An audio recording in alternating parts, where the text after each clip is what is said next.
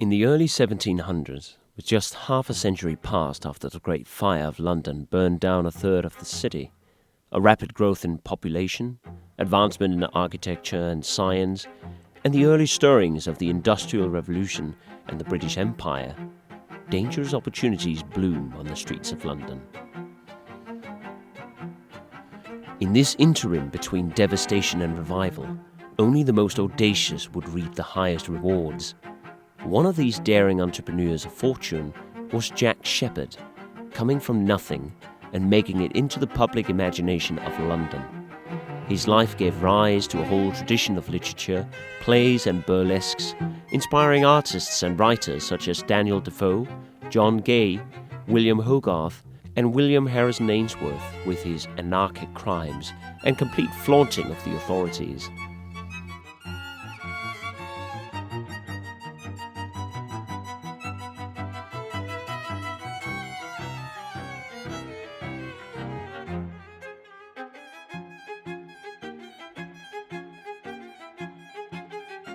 So in the early 1700s, it's just half a century after the Great Fire of London. You can imagine that changed London quite a bit.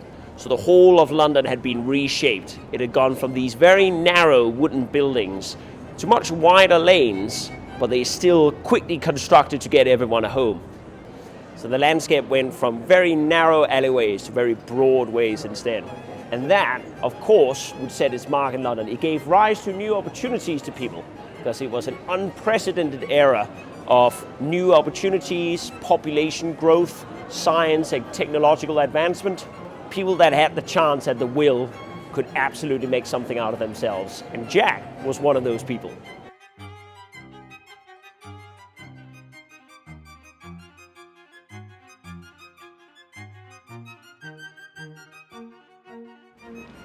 So this is the story of a real Robin Hood figure of the 18th century. And he would have been born here in White's Row. So this is where he began his early life. Jack Sheppard, he started out as a common carpenter and he made his way up onto the stage of celebrity, becoming a petty thief and finally working his way into literature and the public imagination of people around him. Through his short but adventurous life, we can get a really good glimpse into the Georgian era and the criminal underbelly of this time. Because his father died when he was young, his mother couldn't support their family. He was the one who came with a main wage before, so Jack had to be sent off to a workhouse. Now, this workhouse in Bishopsgate was called Mr. Garrett's School, and there he would work about 12 hours a day. That was the conditions of most workhouses. So the children had little time but to do anything but eat or sleep or work. The idea was that the children would be taught proper virtues of industriousness and honesty, and of course, as well, proper subordination to their betters.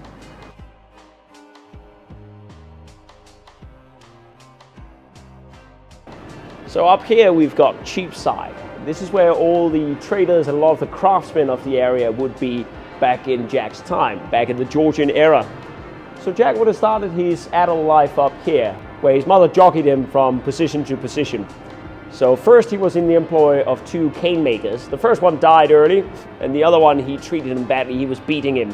So he was quickly transferred from that to a William Kneebone, who was a wool draper who taught him how to read and write. And he was a shop boy for him, probably up where here somewhere in Cheapside. And then through Kneebone, he finally got a position as an apprentice to a carpenter called Owen Woon. That was the beginning of Jack's life, and for the first 5 years of his apprenticeship, he was an honest and hard-working apprentice. He would also come to be known as Honest Jack, but that would have very different connotations later on. The streets would have been about this narrow here. Not a lot of streets were very wide, so that's more of a modern phenomenon that we have. So Bowdoin gives you a good idea what the streets would have looked like if you go down here. And we've got St. Mary le Bow. You can hear the bells coming from it up there. They say that if you're born within earshot of those bells, then you can consider yourself a true cockney or a true working class. And Jack was definitely part of the working class. That was part of his popularity. Apprentices were notorious for being a rowdy and unruly lot, especially after they had finished their work and were free to roam the streets. Many worked under poor conditions, sleeping on boards placed on the junctions of beams in the ceilings of their masters' shops. Many more were ill-treated, as Jack was with his second master, suffering brutal punishments and violent behavior. For some, this life of toil and servitude didn't suit their tempers. It would soon turn out that honest Jack was to count among that itinerant number. With less than a year left of his training to become a recognized carpenter, Jack had already mastered most of the skills of his trade and was quickly led on to a much more exciting and prosperous path.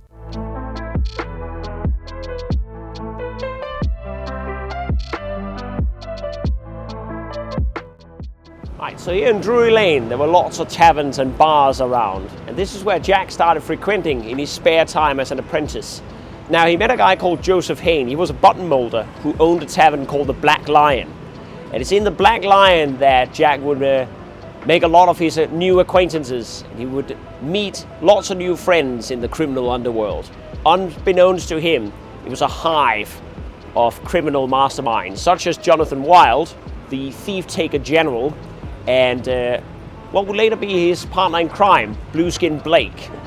And it's also where he met Elizabeth Lyon, better known as Edgeworth Bess. She was a lady of the night who first spurred him on the path to become a thief. According to his own autobiography, she was the one who first encouraged him to start doing petty little thievery here and there. And that all started here in Drury Lane. Wild plied a cunning trade of his own, with one foot firmly planted on the side of the law and the other in crime. Through a rigorous education as a prisoner in Newgate Prison, he learned the ins and outs of all sorts of crime, and quickly became a leader and employer of thieves of every stripe. This led him to fabricating an empire, or his corporation of thieves, people that he promised he could keep out of the clutches of the law, until they crossed him, that was. As soon as one turned against him, or the reward was simply too much to resist, he would hand them on a silver platter to the government and collect his £40 reward.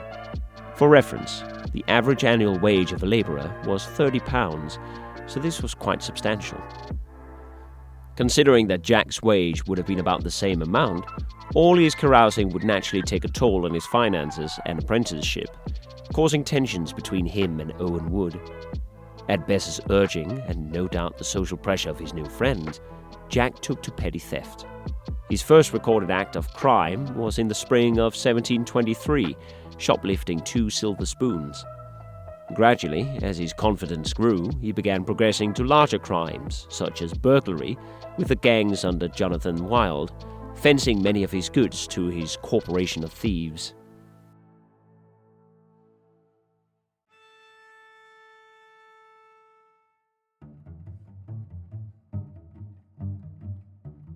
So here we are in St. Giles, roughly between Holborn and Charing Cross Road.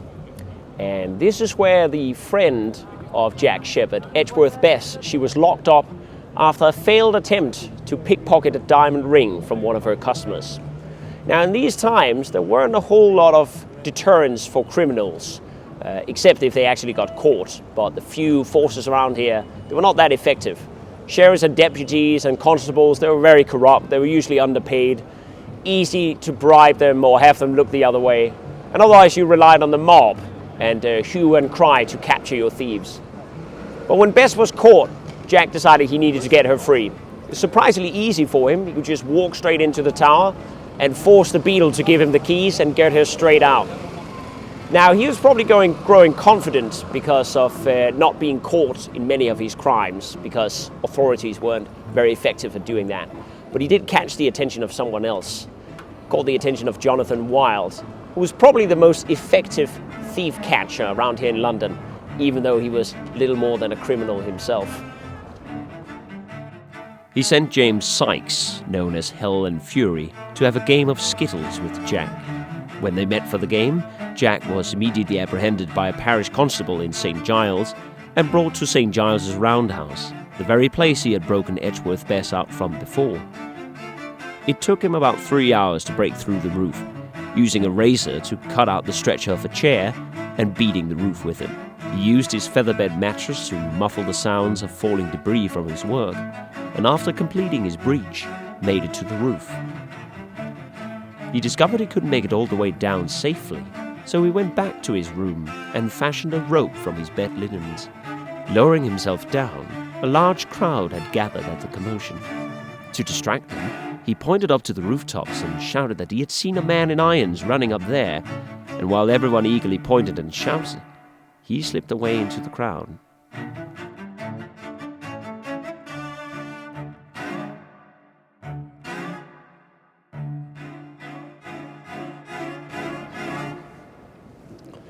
So, in 1724, 19th of May, Jack was caught stealing again. This time in Leicester Fields, close to present-day Leicester Square, where he attempted a bit of pickpocketing.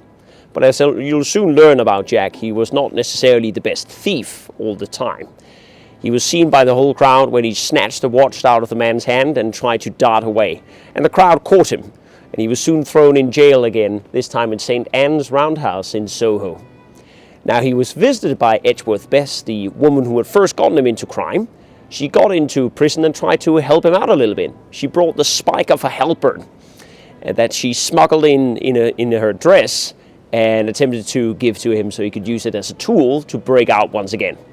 Unfortunately, she was recognized by the guards there, and she was thrown in prison with him. So now they got to share a cell together as husband and wife. And they were actually moved to a different prison to await justice, so they were brought here to a new prison in Clerkenwell. And it was down here then that they had to find a new plan for escape. So, in here, they were now in new prison, and they had to find a new plan to get out, a little bit further behind us here. So their friends were smuggling in tools for them, and gradually over the next 6 days, they managed to file through their fetters, break through a window and hoist themselves down using their bedclothes and bed linens as an improvised rope. Now, they unfortunately ended up in the courtyard of this building that used to be a house of correction, Bridewell. So there was, of course, a very large wall around that. It was also a workhouse where children, like Jack had been in his own childhood, were worked to the bone.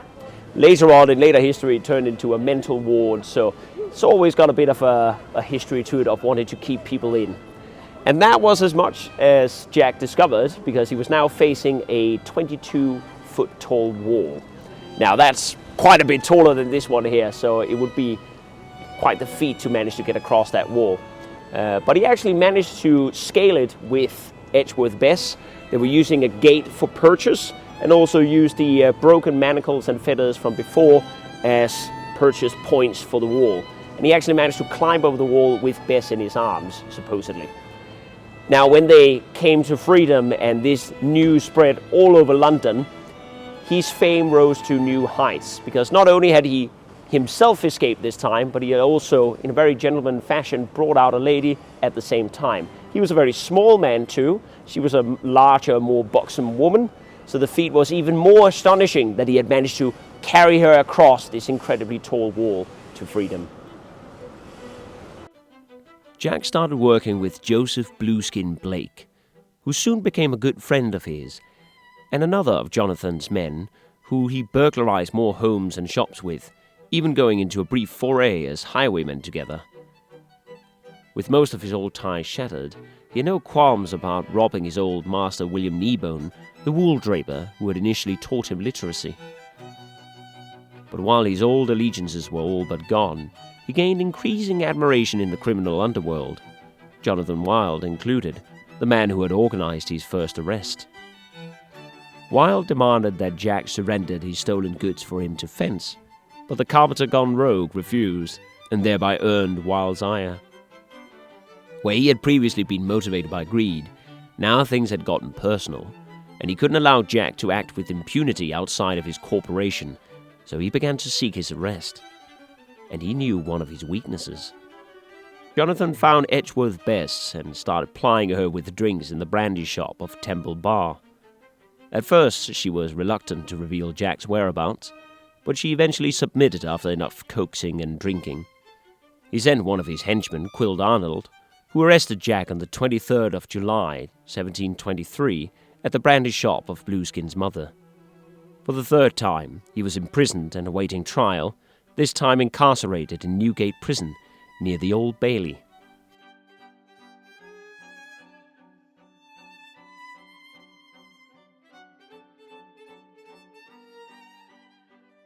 Here he faced 3 charges of theft, but he was acquitted of the first 2 due to lack of evidence. On the third, however, he had 3 people that went against him. One was Jonathan Wild, who had had a personal vendetta against him for a while.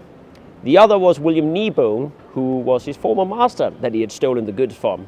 And finally, the last person to give evidence against him was William Field, who was the fence he had sold the goods to.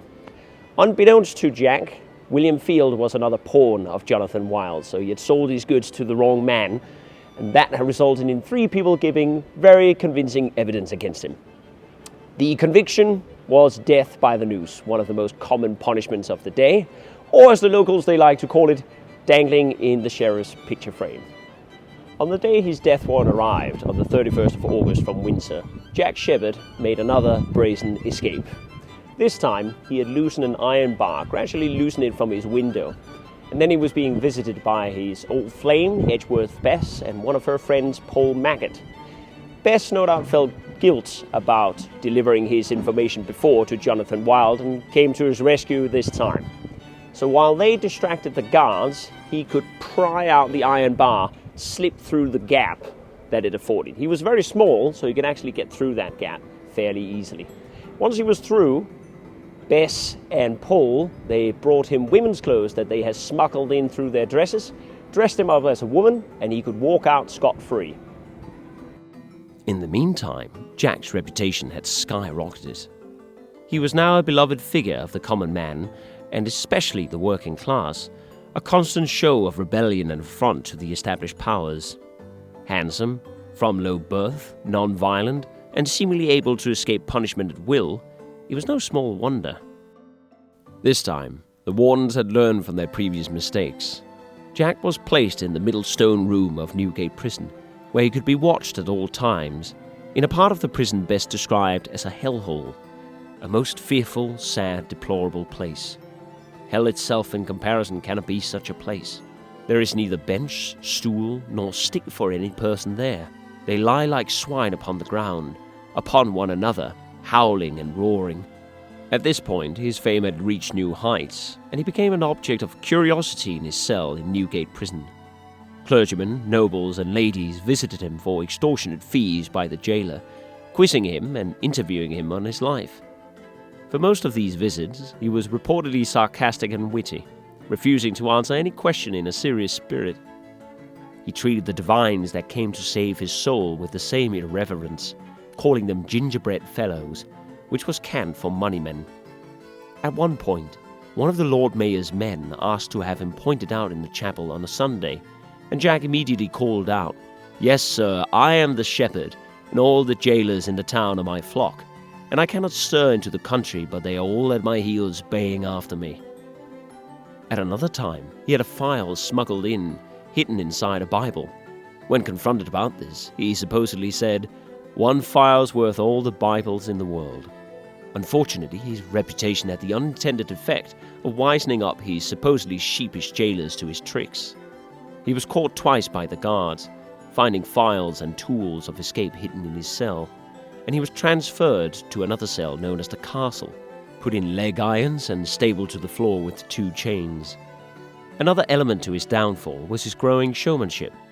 Perhaps spurred on by his fame, he flamboyantly demonstrated how even these constraints were insufficient, showing how he could easily lockpick these confines with but a nail to his boggled capturers. They bound him more tightly and handcuffed him.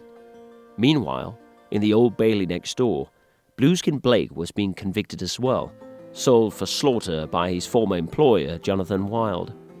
After having pleaded unsuccessfully with Wild for his life, his former employer and William Field, his fence, gave evidence against him. Enraged and hopeless about his situation, Blake attacked Wild in the courtroom with a pocket knife, slashing his throat. Wild barely survived. The uproar from this spread to Newgate Prison, and Jack used this to his full advantage, unlocking his handcuffs with a crooked nail he'd found and kept between his teeth, removing his chains. He was able to twist and break the links of his leg irons to the stables on the floor, and gathered the broken scraps of metal for later tools. Dragging himself along with his leg irons still on, he attempted to climb up through the chimney, but it was blocked by an iron bar. He removed the bar and used it to break into the Red Room above his cell. Then he worked his way through 5 barred doors, breaking through all the locks and bolts on the way, until he reached the prison chapel. From there, he made it onto an outside wall next to a neighboring house. It was too far down from the rooftop here, so he went all the way back to his previous cell and collected his blankets to make another rope. Come dawn, he was climbing down the side of the building with his rope, narrowly escaping detection from the neighbors, who loudly mistook him for a cat. Another escape, another surge in popularity. Jack once again became the talk of town, and his first biography was advertised in the Daily Journal on the 20th of October, 1724. With his iron still on, he hid in a cowshed near Tottenham Court Road. He caught a bypassing journeyman shoemaker and fed him a lie that he had just escaped from a house of correction, and offered him well over a week's wages to bring him tools. After 2 days in the cowshed and having liberated himself of his irons, he tore up his own clothes and disguised himself as a beggar, free to roam the city at his leisure. Moving about town in his disguise, he caught up on the latest talk about himself, discussing at length with a woman at Piccadilly whether the notorious thief Sheppard would escape. He also found 2 ballad singers and a crowd around them applauding his efforts. After catching up with a new flame of his in a garret he had hired, he broke into a pawnshop owned by 2 brothers called Rawlins in Drury Lane on the 29th of October. They woke up from his rifling of their loot, but he deceived them by loudly pretending there were others there to assist him, instructing his henchmen to shoot the first one to come through the door. Apparently that convinced them to remain in bed. He snagged a black silk suit, a silver sword, snuff boxes and watches, a wig and some cash. As recounted in his autobiography, I made an extraordinary appearance, and from a carpenter, butcher was now transformed into a perfect gentleman, and in company with my sweetheart aforesaid, and another young woman of her acquaintance, went into the city, and were very merry together at a public house not far from the place of my old confinement. He went to all his old haunts, boldly visiting family and friends and flaunting his freedom. Soon enough, he was roaring drunk in a pub when its owner, who happened to be a constable, ordered his arrest. At length my senses were quite overcome with the quantities and varieties of liquors I had all the day been drinking, which paved the way for my fate to meet me. And when apprehended, I do protest, I was altogether incapable of resisting, and scarce knew what they were doing to me, and had but 2 second-hand pistols scarce worth carrying about me. Supposedly, he attempted to use his new silver sword against his assailants, drunkenly swinging it around without much avail. It took little effort for them to haul him back to Newgate Prison. This time, Jack was loaded with 300 pounds of weights to keep him down. Again, he was visited by several people of note, and he always kept a cheerful mood, turning almost anything that was said into banter or jokes. Many couldn't help but admire or pity him, especially since he had never killed anyone in his crimes, and most of them seemed to have been carried out from a sense of devil-may-care attitude rather than malice or greed. The jailers upped the price to see him to 4 shillings, making a fortune. Many of his visitors even gave him money, but since he had no use of it in his current state, he gave it freely to other prisoners who could have more use of it. Some guests even sent petitions to King George I for his release, and Sir James Thornhill, the sergeant painter of the king, came and painted a portrait of him. However, this popularity also made him dangerous in the eyes of some. Others might be inspired to follow his example and make a mockery of the authorities, as he had done over his about 18 months of crime. Should he manage to escape one more time, it would become clear to the poor that the government held little true power over them.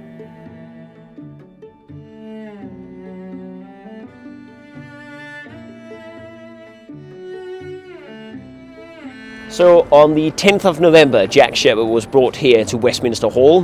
He was brought here to face the Court of the King's Bench, where he would face off against Mr. Justice Powles, who was offering him a deal.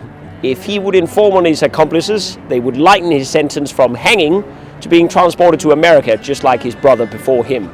But he declined the offer, saying that they knew all of his accomplices already, because if he decided to be a snitch, that would tar his reputation, and he was fully aware of the reputation he had garnered over his brief time as a thief. He told them that they already knew of his accomplices. There was Tom, his brother, who had started thieving with him early. Edgeworth Bess, she had been there from the beginning and she was currently in prison. William Page, who had been caught with him in Finchley Common. And finally Blueskin Blake, who was awaiting execution himself. And then he said that the only accomplice that had been with him on his last excursion was God. They were shocked at his profanity, and it caused Powles to declare that if he had had any supernatural aid, it could only have been the devil. Now they continued pressing him for information about other accomplices, but he kept rejecting them. And finally, after his stubborn refusal to comply, they decided to sentence him to death. Now when he came out of Westminster Hall, there was such a crowd outside waiting for him that surged forward that a constable trying to keep back the crowd broke his leg. So it tells you something more about his popularity at the time. And then he was sent back to Newgate Prison. On November the 16th, at 9 o'clock in the morning, he was taken out of Newgate to be hanged. Receiving his last rites in the chapel, he was brought to the press yard to have his fetters removed. Traditionally, the condemned were transported to Tyburn in an open carriage with only their arms bound by a rope that would be tied into the noose. However, with Jack, they decided to make an exception and give him handcuffs instead. He furiously resisted this, but the Under-Sheriff Watson replied sarcastically, "You're an imp of mischief, and it will be impossible to deliver you safely to Tyburn unless you have irons on your wrists." Of course, Jack had had a plan. He had sewn a penknife inside the pocket of his waistcoat, with its blade pointed upwards, allowing him to cut through the rope restraining his hands in secret. Angered at having his plan foiled by this impromptu decision of shackling his wrists with irons, he tried to hit the deputy over the head with the very manacles that had doomed him. The deputy escaped his wrath, and while Jack was restrained, he searched him. It didn't take long for his hand to slip into his pocket, and with a howl he retracted it, bleeding, having cut himself on the hidden knife. Since he had now been discovered, Sheppard laughed in delight and told his keepers all about his plans to gradually cut through the ropes binding his arms before he would vault himself over the cart and disappear into the crowd, running through narrow alleyways where horses couldn't pursue him. Now all he could do was to fantasize about his own plan. With the city marshal and the javelin men ahead of his carriage, they moved all the way down from Newgate Prison to Oxford Road, current-day Oxford Street, in a slow parade to Tyburn. As many as 200,000 people attended, which was about a third of London, turning into a celebratory parade of his life.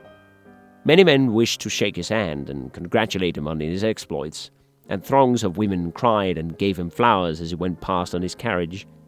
They slowed down the procession to a crawl. For a penny apiece, pamphlets with his unofficial speech were sold to the crowds. It read, "Like Dr. Faustus, I may have my pranks played, by contract with his master long since made. Like him lived gay and revelled in delight, drank all day and whored the livelong night. To raise my name above all the rogues in history, I've made chains, bolts, and bars fly all before me. But hark, the dismal sound, the clock strikes one, the charm is broke, and all my strength is gone. The dragon comes, I hear his hideous roar. Farewell, my friends, for now poor Jack's no more." No doubt performers and desperate actors would have read out loud his speech. Public hangings at this time held a carnival air, with stand-sellers, jugglers, and performers drawn to the great crowds. And even though the gallows were a very real threat to the poor, many made light of the hangings, calling hanging days Sheriff's Ball, and the hanging itself dancing the Paddington Frisk. People also tended to say that hanging itself was nothing more than a wry neck and a wet pair of breeches. On the way, they halted at the City of Oxford Tavern, and Sheppard had a pint of sack for his Dutch courage. It was common practice to numb the senses of the captives on their way to a hanging with a final tavern visit, building up their courage to face the hangman, as well as dulling their resistance. Many terms originate from this tradition of hanging. For the almost carnival-like atmosphere of a public execution, many families brought along their own cheap and homemade alcohol, resulting the following day in a hangover.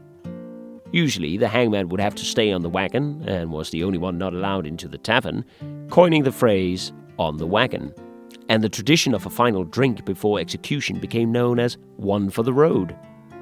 Finally, to help those facing the noose gain a swifter death, friends and family would often pull in their legs when strangulated by the noose, thus pulling your leg. Upon leaving the tavern and returning to his cart, a youth bounded up to him and whispered something in his ear. At hearing this message, Jack reared back his head and laughed, expressing to the reverend who accompanied him, "I have now great satisfaction at heart, as if I was going to enjoy an estate of £200 a year." Perhaps he had been told of Appleby's plan to resuscitate him after his hanging, since this publisher of his autobiography wouldn't want to lose out on a scoop like him for the future. So here, at Tyburn Tree, this was where Jack Sheppard would face his execution on the 16th of November. Now, Tyburn Tree here wasn't actually a tree. It was one of the biggest gallows in London. In the time when London was still known as the City of Gallows, just because hangings were so popular around here. And he would have come from down that end, down from Oxford Street, what was called Oxford Road at that time, all the way from Newgate and the Old Bailey. He would be ferried along this old Roman road before he finally got to here. Now, when he got to here, after his several failed attempts at escape, he took up to the stand on the gallows. Whereas many spent that time to prove their innocence or to denounce God or have an angry rant at the authorities that got them there, Jack simply advertised for his pamphlet and for his autobiography. And part of that was due to Daniel Defoe and Appleby that were publishing his autobiography, which was probably ghostwritten by Defoe as well. So it's probably more likely that it was a biography more than anything. So we stand here and we say, "You'll find my confession in here." And he even managed to sign a few books and pamphlets before he got up, like he was a proper rock star, gathered around with loads of people here to see his hanging. Now, at this time, this was before the automatic drop was introduced, so hanging was woefully inefficient, and it took a long time for people to get strangled, so it was a really painful affair. When the automatic drop was there, you would break your neck, but at this time, you would be slowly strangled to death, which is really painful, and he would have been conscious for a good while. The problem with Jackal was that he was also very slight, so it took even longer for him to die, or come close to dying. Now, when he was hanging, lots of people came over, they pulled in his leg, they beat his chest, and they tried to make him expire more quickly. And after the allotted time of 15 minutes, a hearse came up that Daniel had orchestrated to come and pick up Jack. The idea was to bring his body in that hearse to a physician and warm him up with warm blankets and open a vein, and it was believed that you could resuscitate people that had been hung through that. So that was the plan. Unfortunately, the crowd wasn't in on that plan, and they mistook the hearse for being a carriage to bring him away to be anatomized, which was something many people, many working class people and criminals dreaded at the time, to be cut up for anatomical experiments.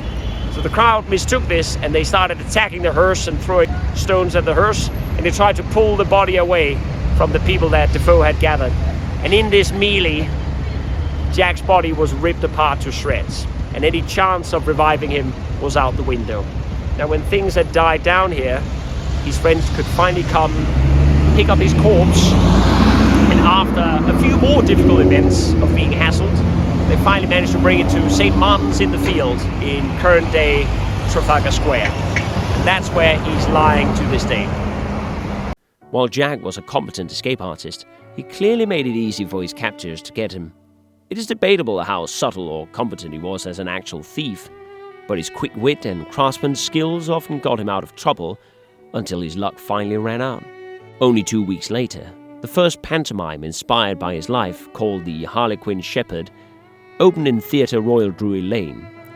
In the coming years, other plays and operas would feature in London, heavily inspired by his life, the most famous one being John Gay's The Beggar's Opera, staged in 1728. Sheppard inspired the character of Captain Macheath, and his nemesis, Peacham, was drawn from Jonathan Wild. It has been called the most popular play of the 18th century.